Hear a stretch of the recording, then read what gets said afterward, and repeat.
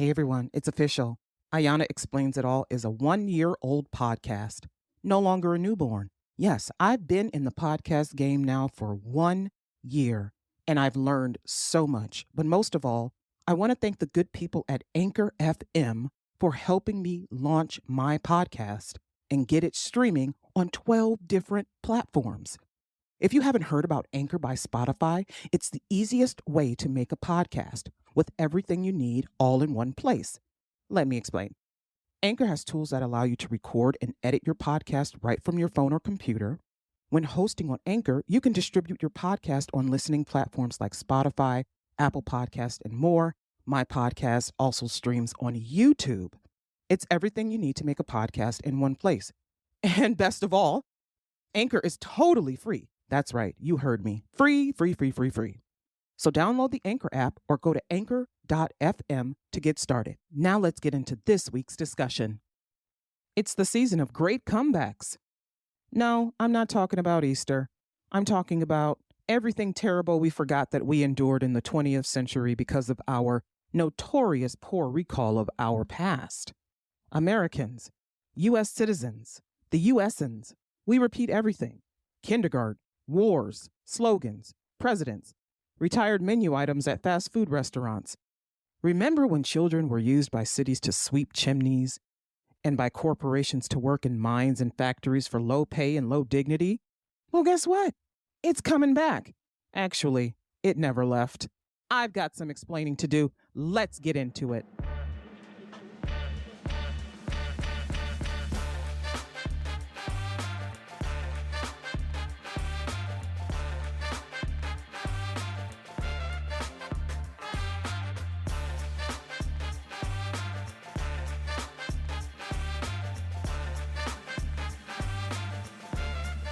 Hey there, Allians. It's official. Podcast listeners for Ayana Explains It All are Allians. I love it. All plus the IENS of aliens. Get it, Allians? Work with me, please. I'm trying to find a nice little, I'm trying to find a nickname for the listeners of this podcast, and I like Allians. It came to me late one night in a dream. No, I'm kidding. But I like it. Let me know what you think. But hello, everyone. Welcome back for another episode of Ayana Explains It All, the podcast hosted by the Black Muslim lady lawyer with an opinion on everything. Born and raised in the hood and now living in the suburbs of Northeast Ohio with my teenagers, trying to avoid train derailments and Fox News clips. Ayana Explains It All now has its own website. Yes, I finally took the plunge, opened up my pocket just a little bit more, and built a website for the podcast. It is www.ayanaexplainsitall.com. That's www.ayanaexplainsitall.com. Go there and you will see all of the episodes of the podcast posted. Each individually, you'll see episode summaries, you'll see all of the citations, and you'll be able to listen to the audio of the podcast, as well as there are links to each of the individual streaming sites like Spotify, iHeartRadio, Amazon Music, Apple Podcasts, Good Pods, et cetera, et cetera. So you can choose whatever listening streaming service you want to use to enjoy the podcast. You can even find the podcast on YouTube. Yes, I am on YouTube.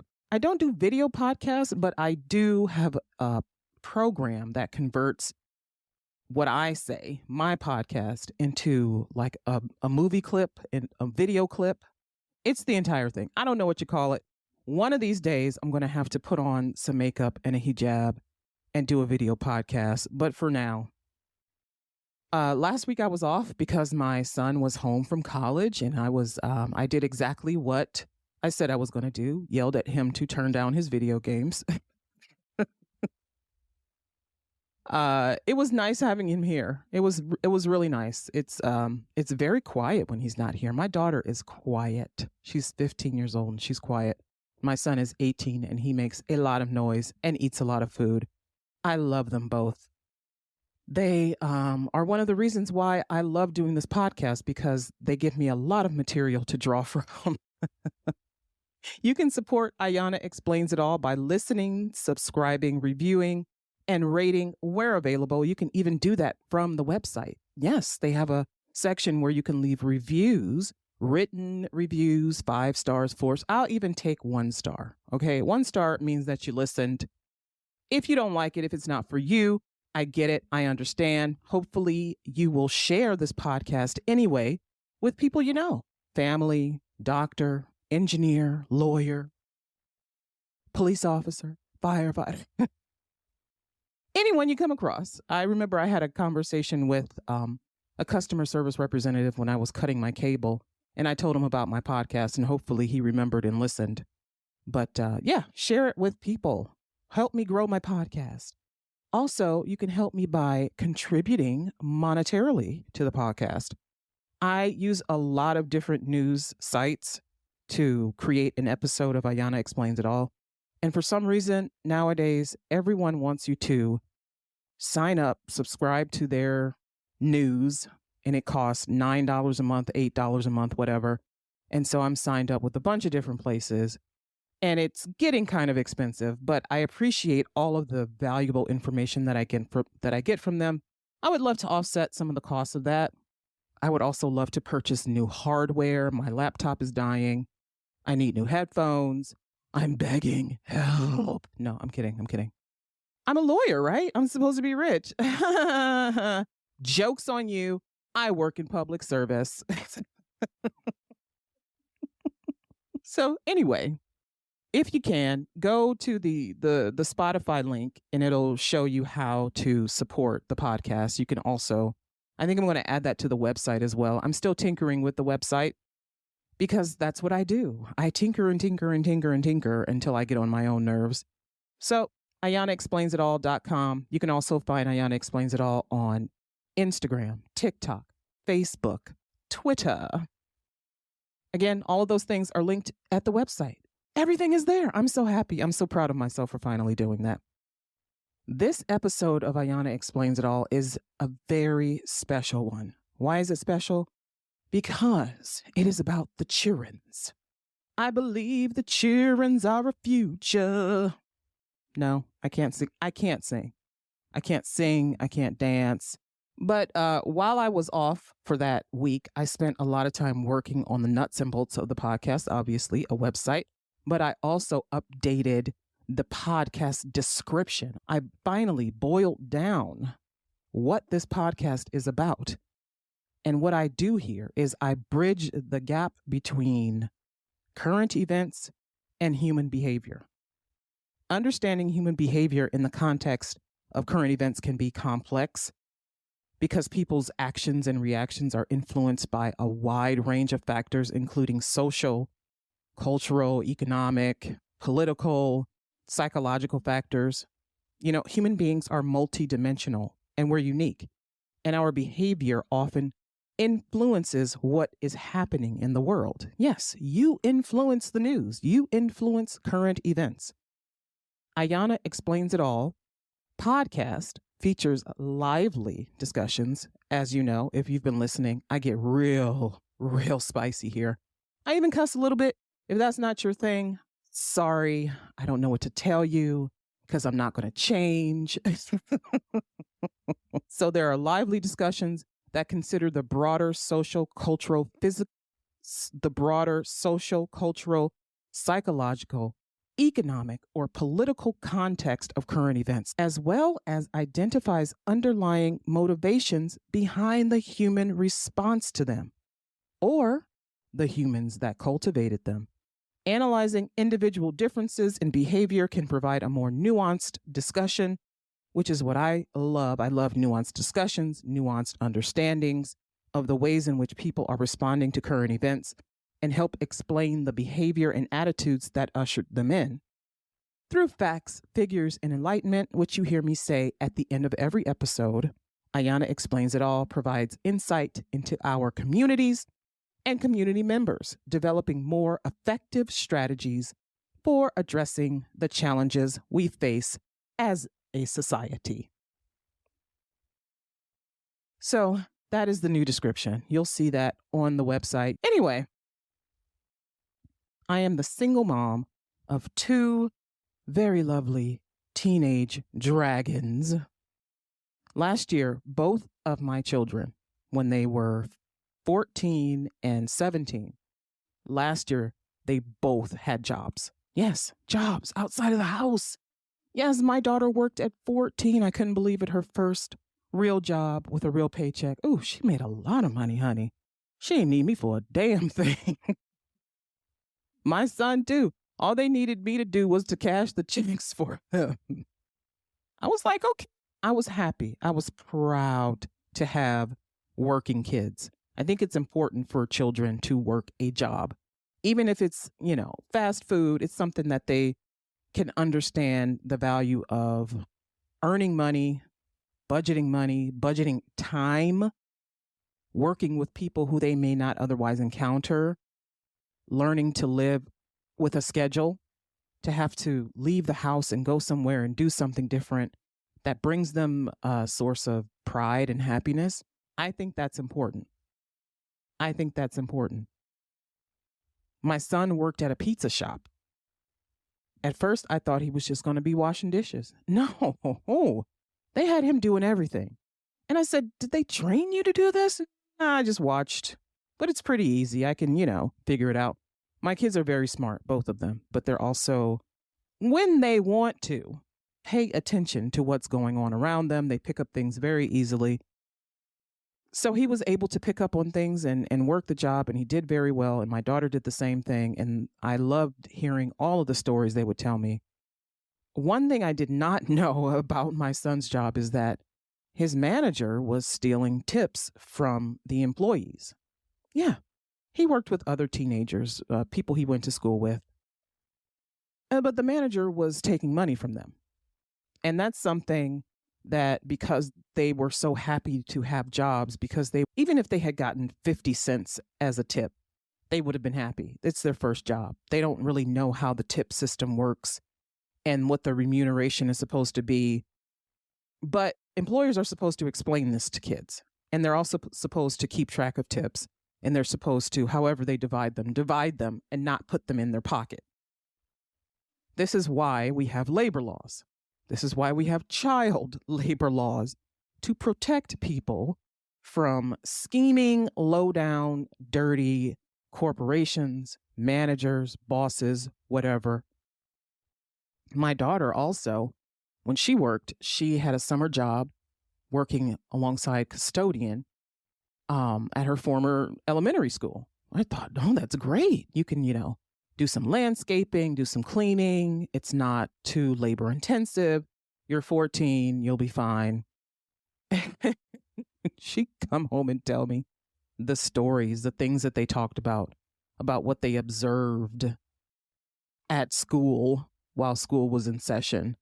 I'm like, I don't think they should be talking to a 14-year-old about these things. And then I remembered myself, my first job I was 16 years old, 16 going on 17. It was the summer before my senior year of high school. And this was through a minority student, smart kid, work hard kid program. And there were jobs available at a corporation that was then called Parker Hannifin. It's now called Parker. It's in Northeast Ohio. There were a certain number of jobs that were available for some kids at Parker Hannifin. And then there was one job that would not be at Parker Hannifin. It would be elsewhere. And leave it to me to be the one who gets the job where no one else is working, where I have to be the only student working there. Listen, God be trying to tell me something, honey. God be giving me the toughest battles, man. This was a chemical corporation. I can't even remember the name of it. I think it was like Synthetic Products or something. I don't think it exists anymore. This was 1995. Yeah, I'm old. But I worked in their shipping and receiving warehouse. Oh, okay. Listen, I'm from the hood, born and raised in the hood. So I know tough and I know dirty and I know scummy and scuzzy and scuzzball. But damn, this was either I was a princess or this was just fucking dirty. It was not fun. I had to go into the warehouse and count bags of chemicals, and I would always leave with covered in dust. I don't even know what kind of cake dust this was. It could have been poison, could have been, I mean, it obviously wasn't radioactive since I'm still sitting here. But every day, because I worked with men, it was only men where I worked in the particular place that I worked at. So I was a teenage girl working around a bunch of grown men. I wouldn't even use the word grown for most of them. I got hit on and harassed so much. Like one dude, and these were truck drivers mostly who were doing the hitting on me when they would come in to pick up their product. One guy followed me down. I had to walk down a long street to get to the bus. I also took the bus to work. Something my kids didn't have to do. They walk, or I drive them to work. But I took the bus to work. And so one guy even followed me down the street. I'm like, this is just, do they know that I'm only 15 years old? I was turning 16 that summer. My birthday is July 18th. Hey, I'm a summertime baby. But it was, I loved the experience that I got. Learned how to use computers to enter information in a database. Learned how to work with the average everyday American. Great, wonderful. This is really going to help me in my job as a lawyer. I don't know.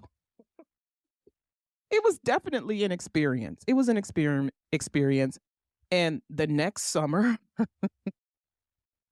I don't know how this happened, but that particular part of the plant, it blew up. They had a chemical explosion. I mean, big surprise, right? Chemicals, they get tired of just sitting there on their asses and they go curb bloom. And I don't know if that was the end of the fact, if they rebuilt it or whatever. I did not keep up with the company. I just remember seeing that story in the newspaper and thinking, wow, yeah, that makes sense. That makes a lot of sense. Yeah.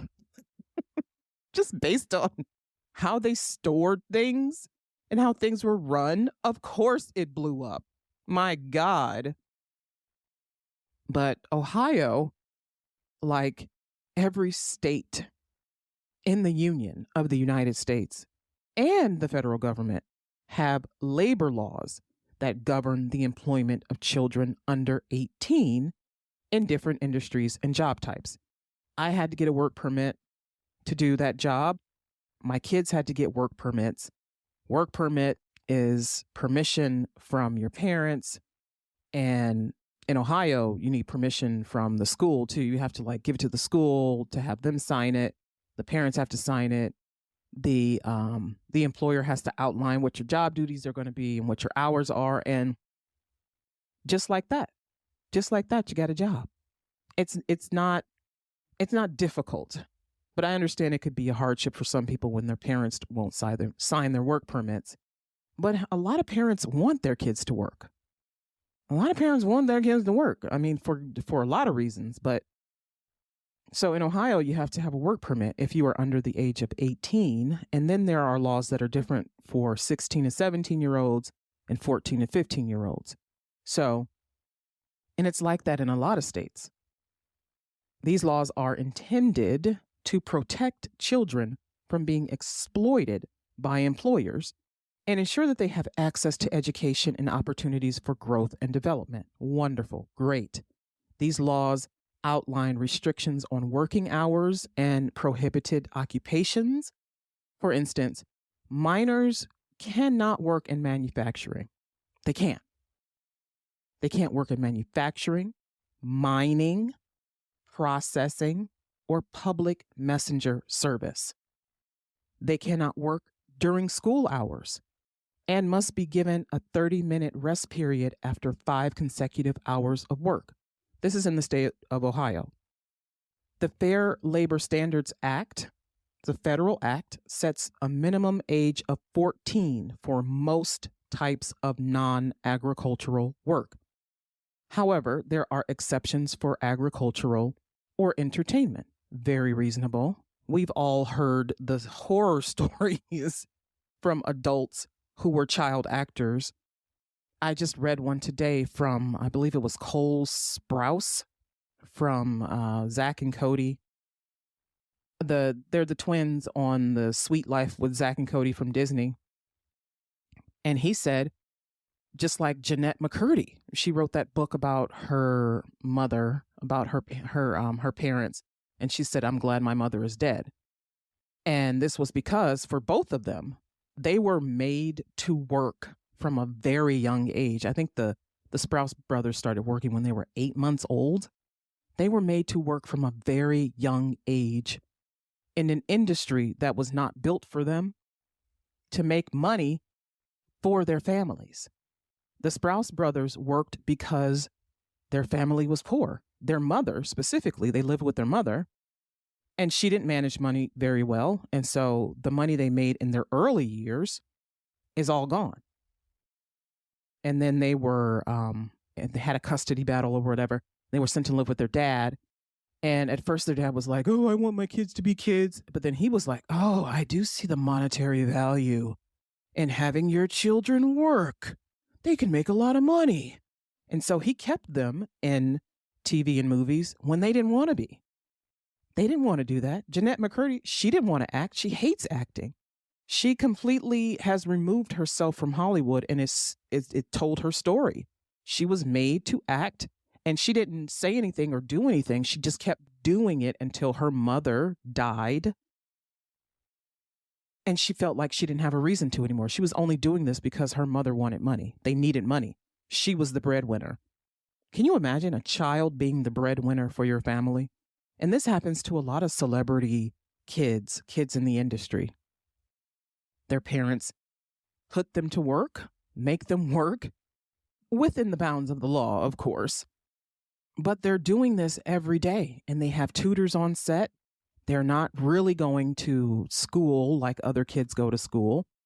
But then their money, which should be going into a trust for them to have when they turn 18 or 21 or 25, but the parents are spending their money. They're living off of their children.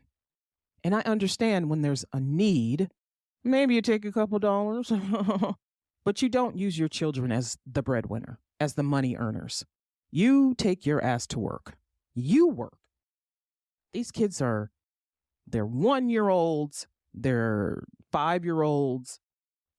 It's ridiculous that children are being made to earn a living for their family. But in a lot of cases, especially with non-celebrities, children have to get a job at age 12, 13, 14. In a lot of cultures, children are put to work when they're very small, working in fields, harvesting food, making money for their family at bazaars and fairs and outdoor markets, or they're going to work at fast food restaurants, or they're delivering newspapers. Remember when kids would deliver newspapers, like little kids pulling fucking wagons with newspapers in them? When I was younger, our paper boy was a boy. Kids would walk around in the wee hours, like 4 o'clock in the morning. Sometimes their parents would be with them, sometimes they wouldn't. And they would toss the papers wherever, on the porch, on the roof. And that was their job, and they made money. And maybe they got to keep it, maybe they didn't. But the point is, young kids were working in conditions that probably are not optimal for children. Like, could you see your child working at 4 o'clock in the morning delivering papers, even if you're driving alongside them? Do you see your child waking up at 4 o'clock in the morning to deliver fucking newspapers? No. And why would you want them to do that? It sounds like it's an easy job, but is it optimal for a child who still needs to finish school? A lot of people, they say, hey, well, school isn't as important as making money. School isn't as important as putting food on the table. Maybe they're right. But for a child, you're wrong.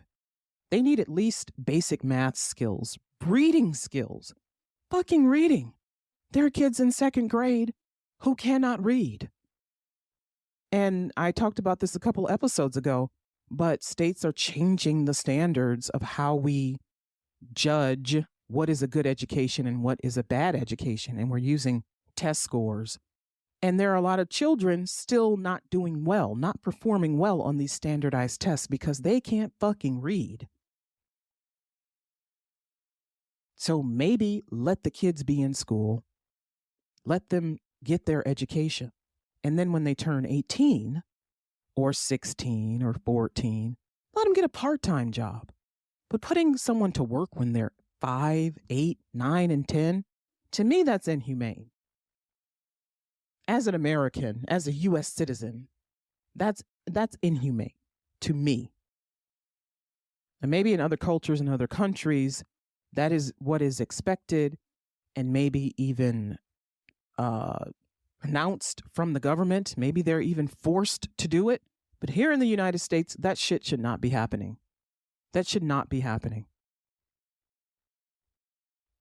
But it is. That's why I'm here talking about it.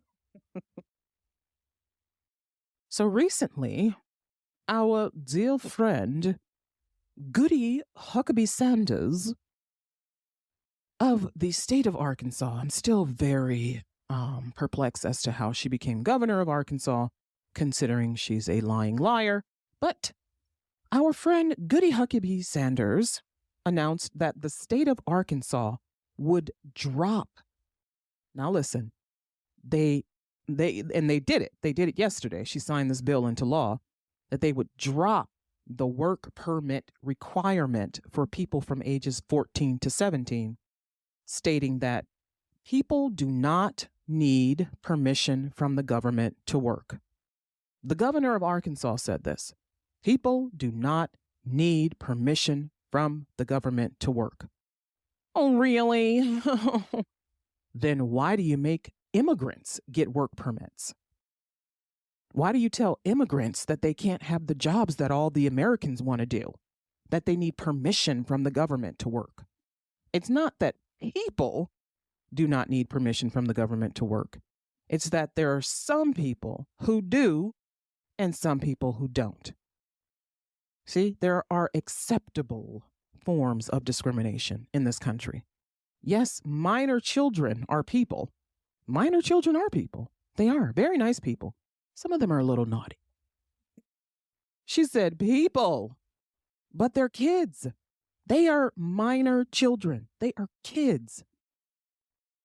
And what is it that we've always been told by doctors and scientists, that the human brain isn't fully formed until age 25?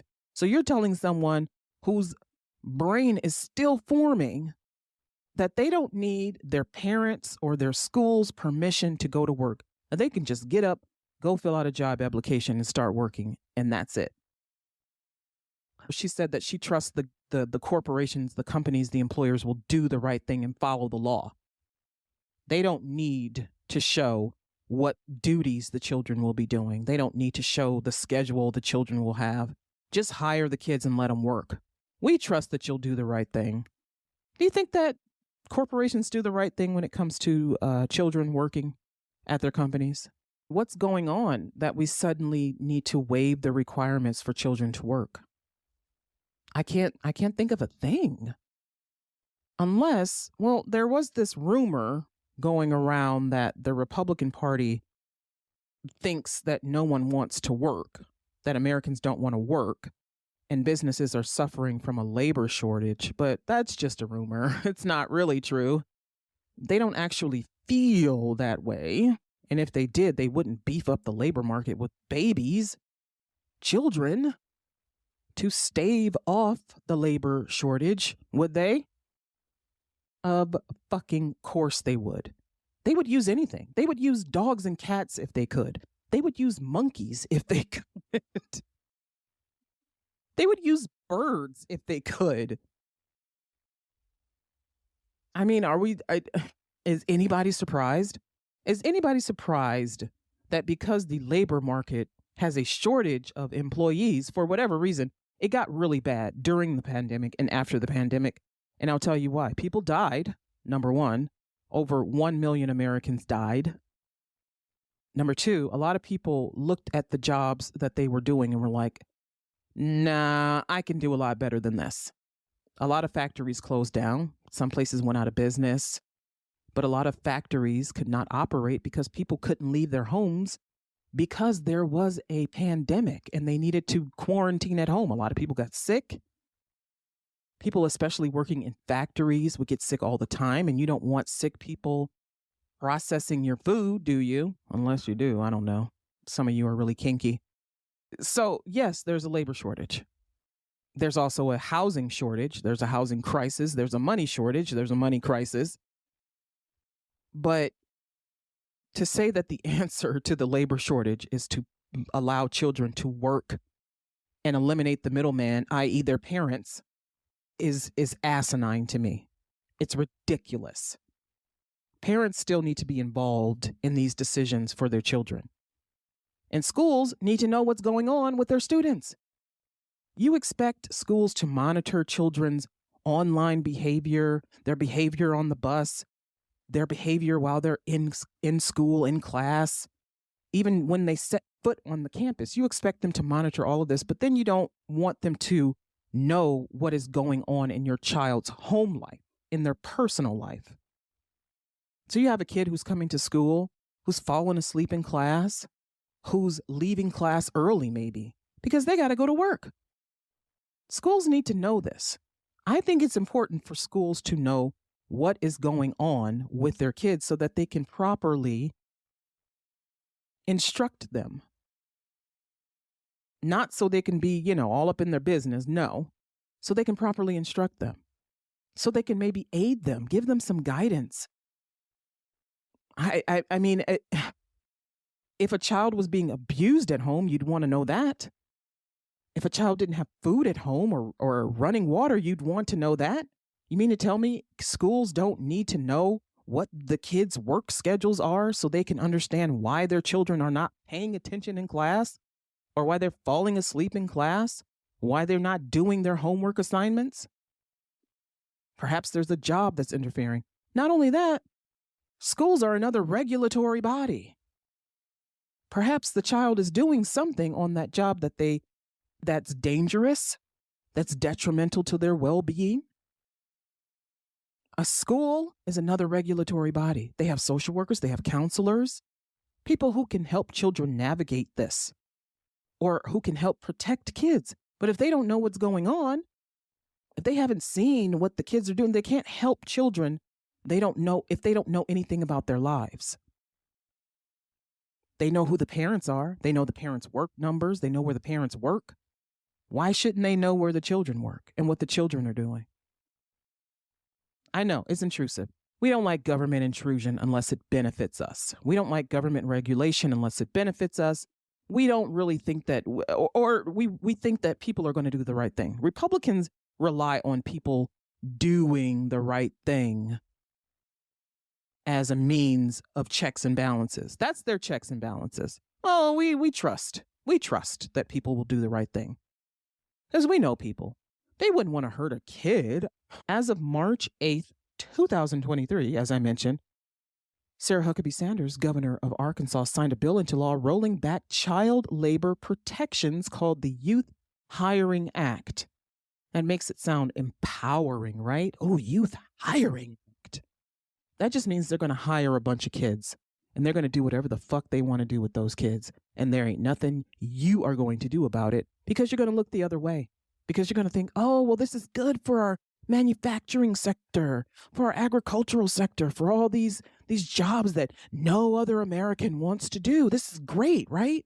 And yeah, put those kids to work. Kids need to know how to work a job. Kids need to earn their keep, earn their way.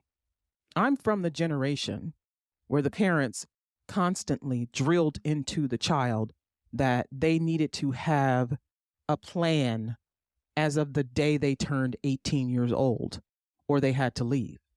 This is what me and my siblings were told all the time. This is what my friends were told. We're from that generation where you're 18, you either have a job or you're going to college or get out.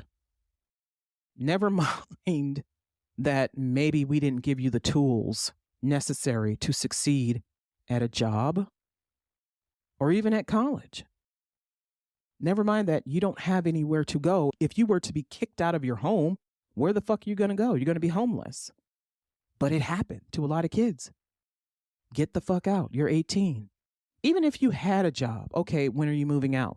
When are you leaving? This is a very American thing to do, to kick the children to the curb once they reach 18.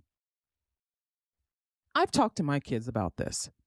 I've told them, you can't live with me forever, but I will support you in where you land next after college.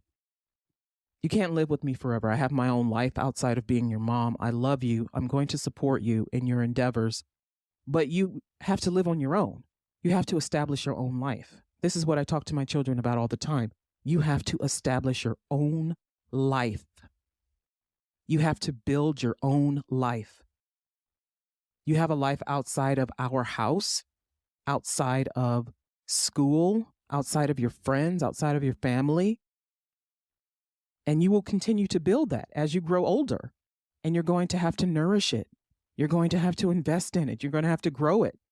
And yes, you're probably going to have to do it away from me. But I'm going to give you the tools. I'm going to give you the emotional tools, the social tools, the economic tools, the psychological tools. I'm going to prepare you for that. I'm going to help you be prepared for the challenges that you're going to face. I won't be able to prevent them, but I'm going to help you understand how to deal with them. I did not get that.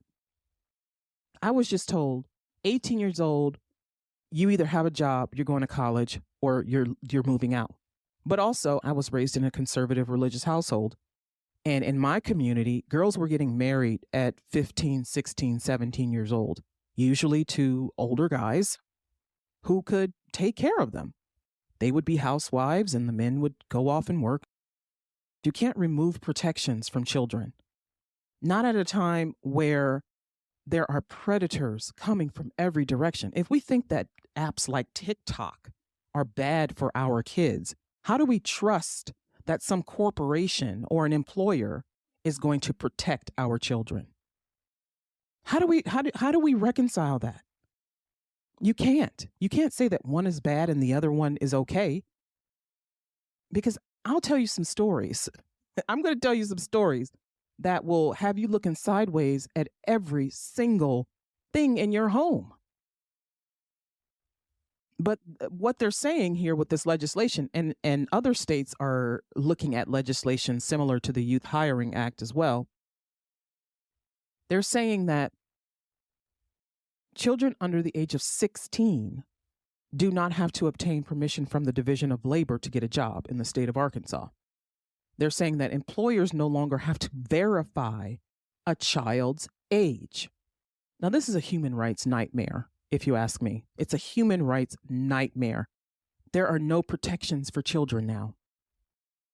And you pray that your child is going to come home from work and tell you if something is going wrong, but they don't always do that. We know this. We know we have to sometimes drag this information out of our kids. But we also know that employers have our children doing things that maybe they shouldn't be doing. Like working in a freezer, working on an assembly line, working in an auto plant around hazards like dangerous heights, dangerous machinery. But they're saying that children no longer need an employment certificate, which verified their ages, described their work and work schedule, and included written consent from a parent or guardian. And as legislators in Arkansas concluded that this would make it easier for parents who were unduly burdened with giving permission for their minor child to work. I don't get that. I don't get that. I'm going to have to, somebody's going to have to explain this to me like I'm 5, okay? How is it that parents are unduly burdened with giving permission for their minor child to work? For me, I've had 2 kids, 2 work permits. All I had to do was sign those. That's all I had to do. I had to sign them. I had to take one to my daughter's because she was going from middle school to high school. So I guess I had to, on my lunch break, go to the school and have the school sign it and then pick it up. That wasn't really a burden because I was taking my lunch break. My son, he just went to the school office and he had them sign it, and I signed it, and he took it to the employer. I mean, it didn't cost me anything. It didn't cost me anything. It took maybe a few minutes to do. It wasn't a burden. It's no more a burden than probably doing your tax return. It's heftier than signing a work permit for your child to obtain employment. I mean, come on. That is a lame excuse, a very lame excuse. You're just covering up the fact that you want kids to be able to work because you need workers. Because you have a shortage of adults to do the jobs that you need to get done, the service jobs, the factory jobs. You can't find people to do these jobs because during the pandemic, a lot of people decided that they were too good to be earning minimum wage. And I don't fucking blame them. What is minimum wage now? In Ohio, it went up to $10.10. Go Ohio. Let's see what it is for the state of Arkansas because, let's see what you can make in Arkansas. I bet you'd be rolling in the money in Arkansas. Oh, $11. Wow. 11 whole dollars. Bet you could feed a whole family on that. No, the fuck you can't. Don't even think about it. No, you can't. You'd be probably just squeaking by on $20 an hour. But a lot of people decided that that is not enough money, and they are correct. They are correct. Minimum wage should be a lot higher than $10 and $11 an hour. People found jobs that were going to pay them more so that they could actually live without having to break their back by working 5 jobs or 1 main job and 3 side gigs to provide for themselves and their families. Or people moved. But also the pandemic changed immigration. A lot of people were deported. They had to go back to their home countries because they couldn't, people who were students here, who could work and maybe they were students here, they had to go back home. Then again, a lot of people died. A lot of people moved. People decided to leave where they were, to go on grand adventures, to move to another state, to another country even. But mostly there are all these jobs now that you were begging people to come back and do. Work in hospitals, work in hotels, work in restaurants, work in food service. Mechanics, plumbers, HVAC people, begging these people, delivery drivers, truck drivers.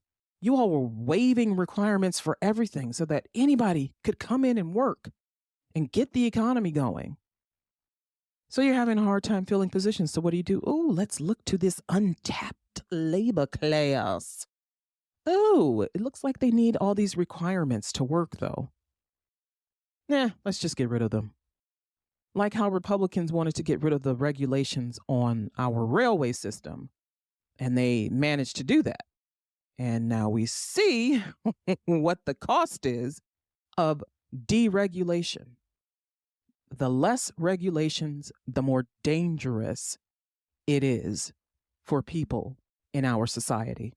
The more dangerous it is to live in a town with a railroad going through it. The more dangerous it is to be a child who has to work. The more dangerous it is to be someone immigrating to the United States. But of course, when it's something that they don't like they don't want more people coming into the U.S., so they'll tighten the regulations there. And they want to force women to have babies, so they'll tighten the regulations there. But it doesn't make sense. You either are for people's freedom to move, freedom to birth and live and do whatever they want and travel, or you're not. But you're for it if it benefits you, and you are against it if you find it morally objectionable. Your morals should not be in government. Separate the church from the state, honey.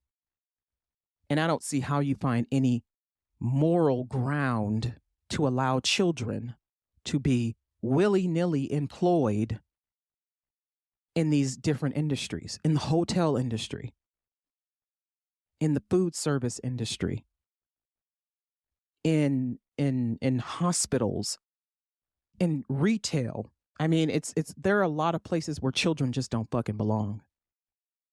There are a lot of duties that children should not be carrying out. I think it was in Minnesota or Iowa where they're considering allowing people who are 14 years old to work in freezers. Right now, they're not allowed to. Do you want your child working in a fucking meat freezer? My God. Are times really that desperate? Are times really that desperate? And you know who's telling them to do this? Corporations. Corporations are going to their representatives and saying, hey, we need more people out here in these meat freezers, sliding the meat around, putting the hogs on the hooks. We can't find anybody. And of course, the GOP, they've, been saying for years that they don't want immigrants in the United States from Mexico and Central America and South America. So we got to find Americans to do it. Americans don't want to work in a fucking meat locker and a meat freezer. But who could we get to do it? Who wouldn't complain? Who would love to have some money in their pockets so they could go on to Shein, buy some new clothes? Oh, a 14-year-old girl. She'd love to do that. Love it. Couldn't wait. Can't wait, I bet. Bet you if you poll teenagers, you ask them what job they would love to have right now, it wouldn't be working in a fucking meat freezer. You all are delusional. You all are delusional. You're delusional. And what you're going to find is teenagers doing dangerous jobs. You're going to find children doing jobs that they probably shouldn't be doing, seeing things that they probably should not be exposed to. You don't even want kids reading books about people being gay or sexually assaulted. How are you going to put them probably in an environment where they would be susceptible to sexual harassment? Where they would be, oh no, maybe they would be working around a drag queen. Oh no. You all are such fucking hypocrites. You are hypocrites. You're sacrificing children to bolster the U.S. economy. That is some hypocritical bullshit. Not only that, that's not the only thing you're doing.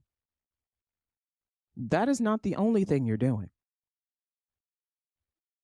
Authorities. I found this article on NBCnews.com, and it says authorities from the Justice Department are investigating how children from Central America wound up working in slaughterhouses for companies across the U.S., including meat plants in Arkansas. Well, blow me over. Just blow me the fuck over. Weren't we just promised that corporations would do the right thing by children? Or is it, we don't really care if they're immigrants, right? We don't care about that. We just want them to do right by American children. Well, they are American. They're Central American. But they're brown. They speak Spanish. They're not American. It shouldn't matter. It should not matter. It should not fucking matter. The law is the law. The rules are the rules. But they look the other way because there is this, it's called a shadow workforce.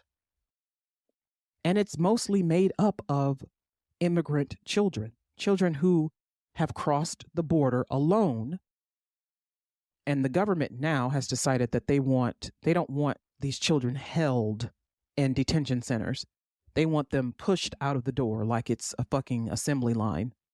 They want them in, paperwork, find a sponsor, find a family member, find somebody to take them and out the door.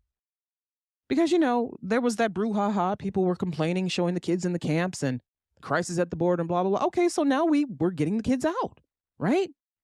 This is what you guys wanted us to do. Get them out. Get them to sponsors.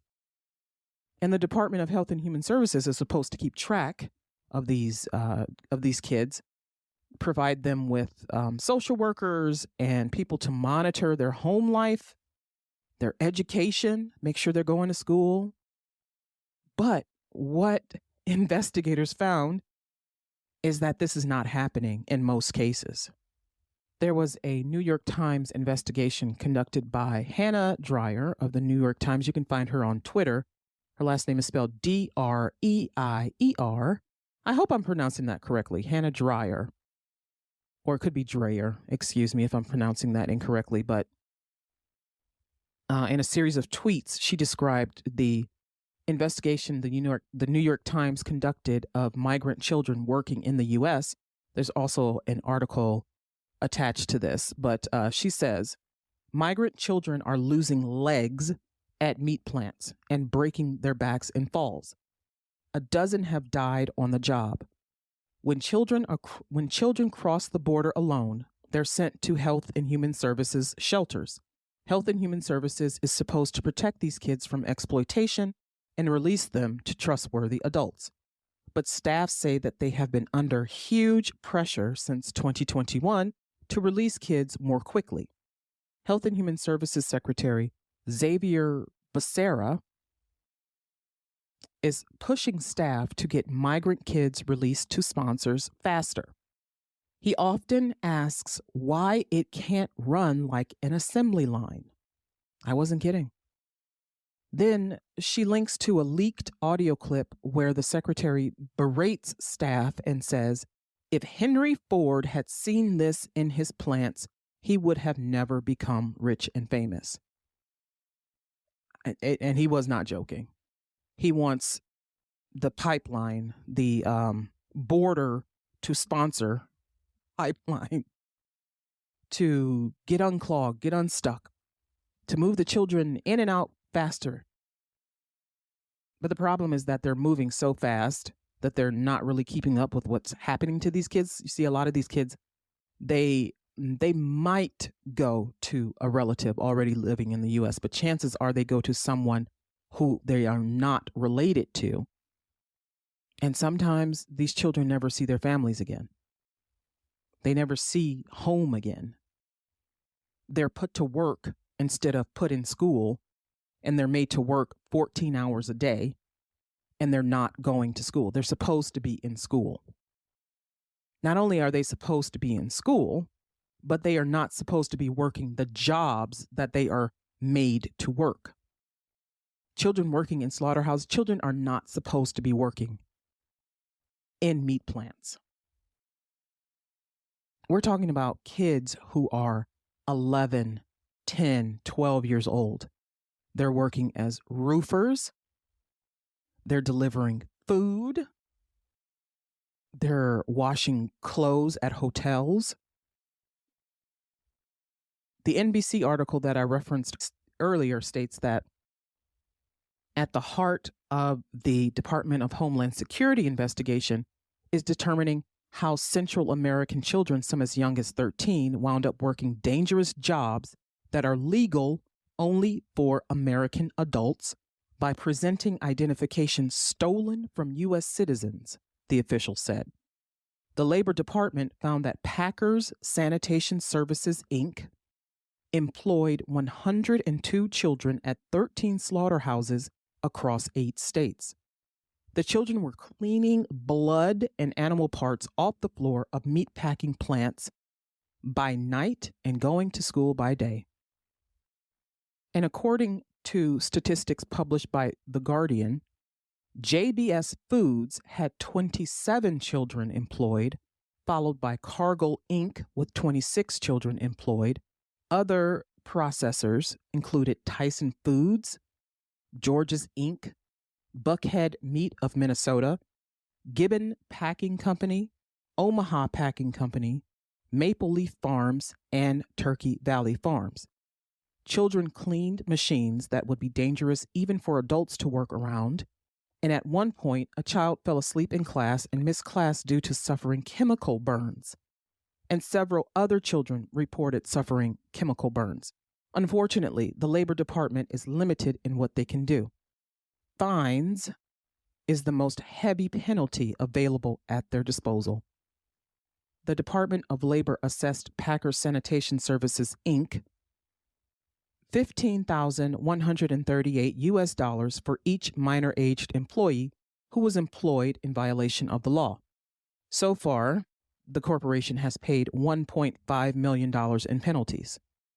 During the fiscal year 2022, there was a 37% increase in child labor law violations across the country, with at least 688 children working in dangerous conditions. Despite Department of Labor warnings that child labor violations have increased, Republicans like our very own Goody Huckabee Sanders have pushed for expansions of types of approved work and approved work hours.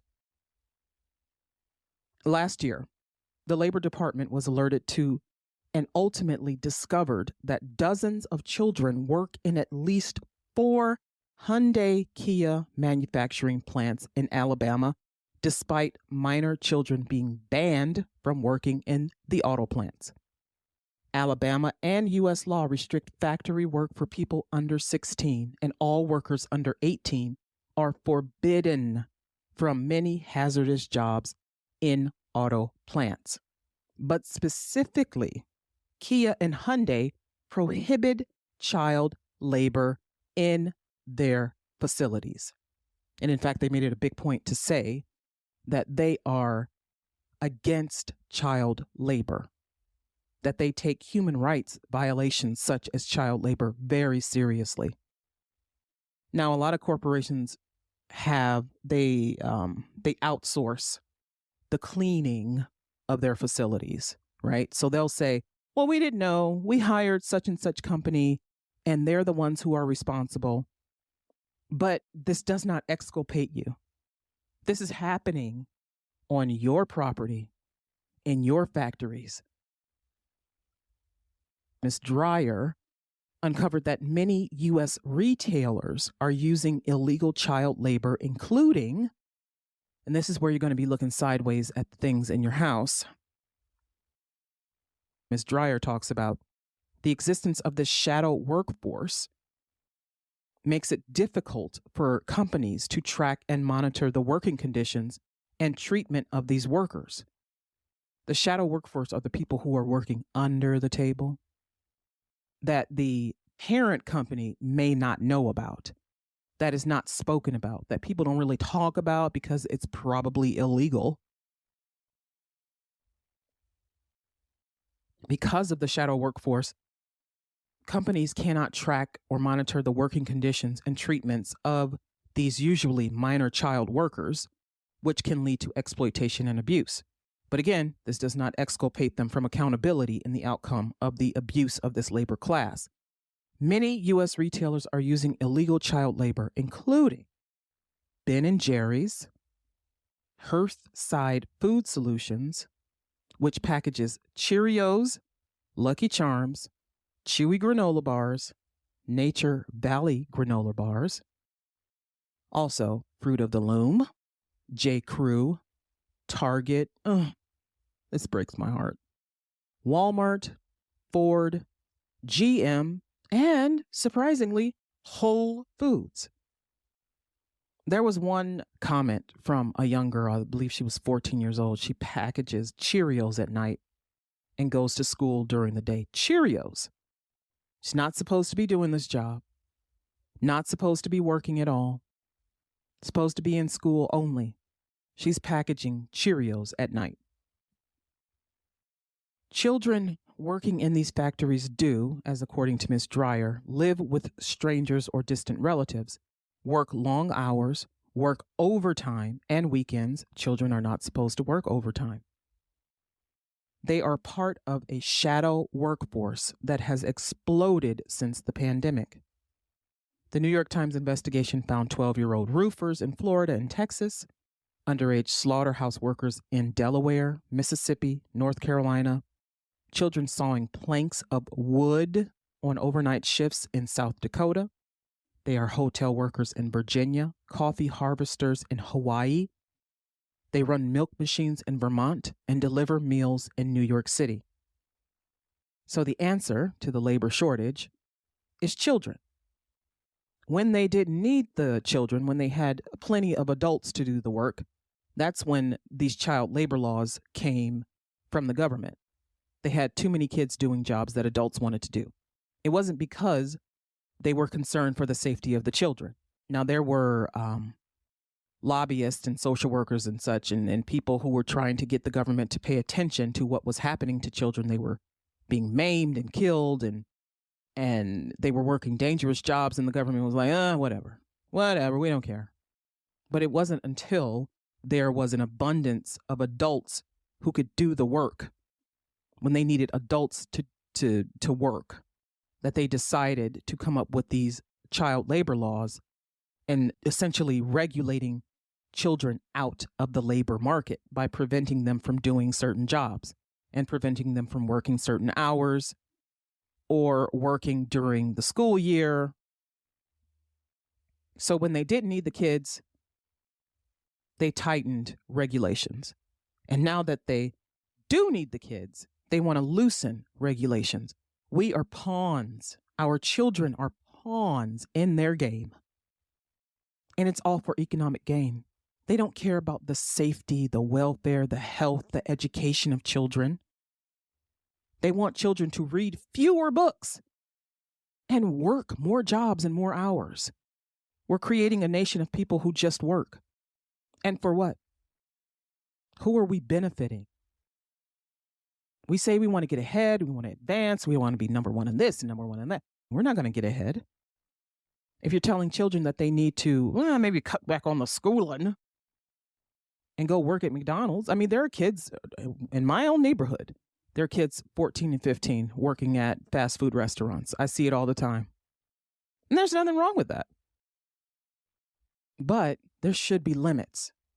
Education, at least high school. My God, get the people out of fucking high school. At least get them out of high school. Even if they don't go to college. I work in public service. And let me tell you, a lot of people are not making it out of high school. As in they're dropping out. They're leaving. They're not even getting GEDs. I'm a lawyer. I've seen thousands and thousands of cases.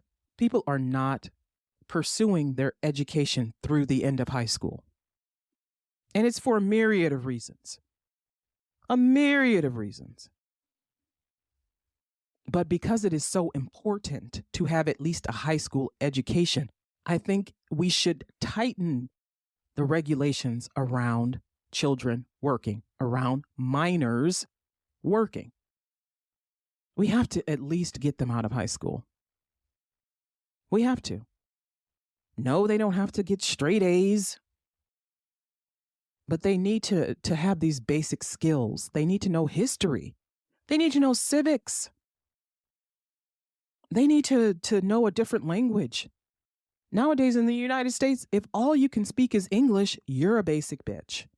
And I'm not trying to be insulting. That is the truth. I knew how to read Arabic by the time I was 8 years old. And I took French and Spanish in school.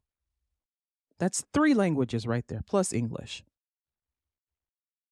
And it was because I was a smart child. This is just what we did. Kids need to know different languages.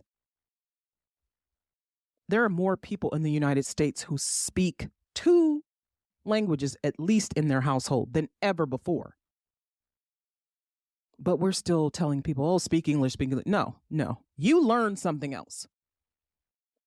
How about you speak Spanish? Speak Chinese? Speak Italian, French. Oh, I know, shudder. But the answer to the labor shortage should not be children. A shortage of workers is no excuse to revert to the sinister system of our past, where children were exploited and abused for production. In most cases, age and immigration checks are not being completed by hiring agencies or their employers, and government agencies and government agencies fail at keeping track of children released to U.S. sponsors. So no, goody Huckabee Sanders, I'm sorry to break it to you, but employers are not doing the right thing. The government is not doing the right thing. And in some cases, the families of the children are not doing the right thing. We are failing children for our short-term needs of getting goods out the door, of having fresh towels at our hotels, getting a roof put on in a few days, having lumber for a new home build. One of the best parts of living in the U.S. is that you don't have to get a fucking job at 10 years old. So why are immigrant children being made to work? Because you can make them work. Because you can. You know they come from a desperate situation. You know that their families back home probably need the money. You know that even though there's oversight, the overseers ain't checking on you. So instead of putting the kid in school, you make them go to work. Some teachers said that they didn't know that the children were working. They're not supposed to be working. But because when they report it, nothing is done about it, they have just decided to accommodate these children by letting them know what their rights are as far as employment is concerned, that they're entitled to breaks, that they're entitled to lunch, that they're not supposed to be working overtime, et cetera, et cetera. So maybe the children can advocate for themselves. If that's the best we can do, it's just to be like, hey, kid, just keep your head down. Or, hey, kid, make sure you let them know that if they don't give you a bathroom break, you're going to call the Department of Labor and let them know that there are kids working there. I mean, I'm exasperated, really. And that's hard because I like to talk.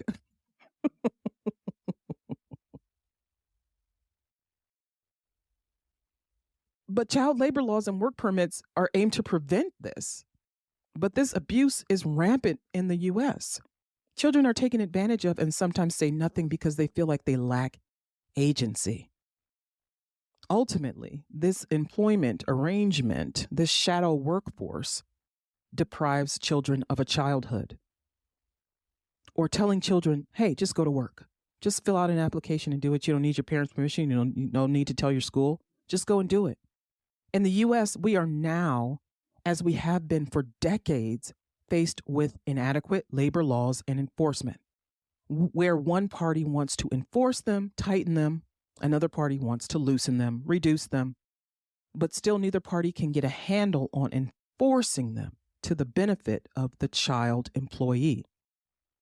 But of course, it's always to the benefit of the corporations because everything you do in capitalism has to benefit some corporate overlord, some corporation, some Fortune 500 company, some employer somewhere. We have to make it easy for them to do business in the U.S. Otherwise, they're going to go abroad, Ayana. Yeah, they'll go abroad and they'll exploit the children there too. They'll exploit the labor class there too. Maybe we should make it easier for them to go abroad. But the fact that they go abroad and exploit the labor class doesn't mean that we got to act a fool over here. But people who say child labor is coming back, I postulate to you that it has never left. It never left. It never gave gone, honey. And we are seeing that there is a desperation in poverty, in greed, and money-making in our communities, in our capitalist-driven economies that find people not only sending children to work, but killing themselves and their families over the loss of jobs and homes and money. We are killing ourselves and our kids to maintain even a modicum of stability. This is not a time to roll back protections. This is not a time to relax regulations and remove parents from decision-making in their children's lives. We believe parents should have the authority to say what books their children read, but not what jobs they work. Make it make sense. And this has been Ayana Explains It All, brought to you by facts, figures, and enlightenment. Take care.